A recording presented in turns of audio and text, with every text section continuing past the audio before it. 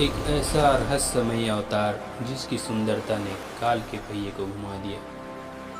जब समुद्र मंथन से निकला अमृत असुरों के कब्जे में था, तब आखिर वो कौन थी जिसने बिना अस्त्र उठाए ब्रह्मांड को बचा लिया? आखिर कौन है मोहिनी, और क्यों हजारों सालों से आज के दिन का इंतजार भक्त और देवता दोनों करते हैं? ब्रह्मांड के अनंत विस्तार में जहाँ समय और स्थान का कोई अंत नहीं है, वहाँ वास करते हैं जगत के पालनहार भगवान विष्णु। जब जब सृष्टि पर संकट गहराया है, प्रभु ने धर्म की स्थापना के लिए अद्भुत अवतार लिए हैं। लेकिन वैशाख मास की इस पावन एकादशी का रहस्य सबसे अलग है।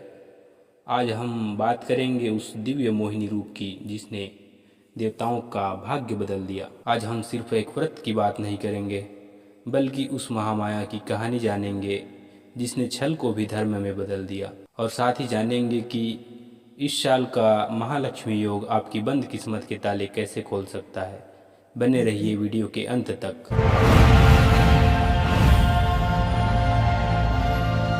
कहानी शुरू होती है उस समय से जब देवराज इंद्र के अहंकार के कारण देवताओं ने अपनी शक्ति खो दी थी। खोई हुई शक्ति और अमरता को वापस पाने के लिए असुरों और देवताओं ने मिलकर क्षीर सागर का मंथन करने का निर्णय लिया।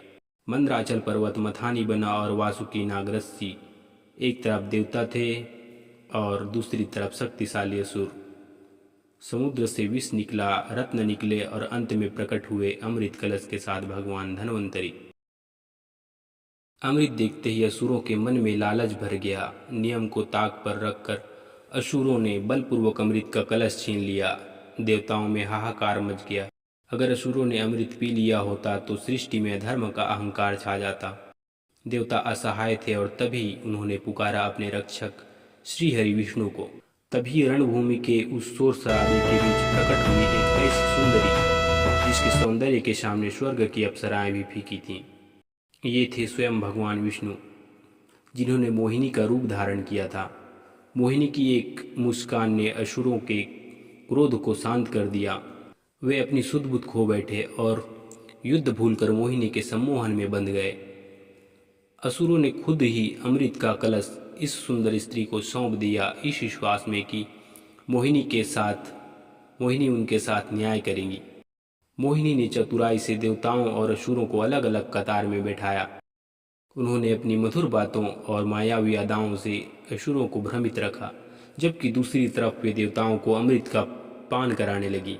असुरों को लगा कि उनका नंबर भी आएगा, लेकिन मोहिनी ने देवताओं का हित सुरक्षित कर लिया था। जब तक असुरों की तंद्रा टूटी, देवता अमर हो चुके थे और धर्म की विजय सुनिश्चित हो चुकी थी। अपना कार्य सिद्ध करने के बाद भगवान विष्णु अपने असली रूप में आए। आज मोहिनी एकादशी के दिन हम उसी विजय और बुद्धि के अवतार का उत्सव मनाते हैं और इस साल यानी 2026 में पूरे 30 साल बाद बन रहा है महालक्ष्मी योग।